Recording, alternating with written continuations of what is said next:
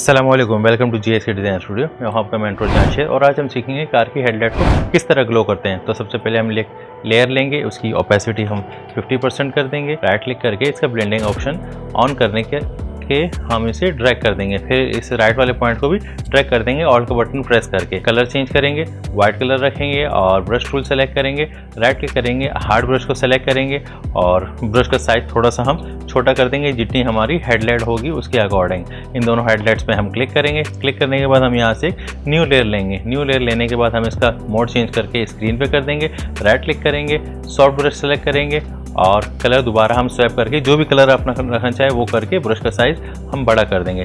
2 times click करेंगे, फिर control J press करेंगे, कंट्रोल T प्रेस करेंगे और इसे हम स्ट्रेच कर देंगे। स्ट्रेच करके थोड़ा सा हम साइज भी इसका प्रोपोर्शनली छोटा कर देंगे और इसको यहाँ प्लेस कर देंगे।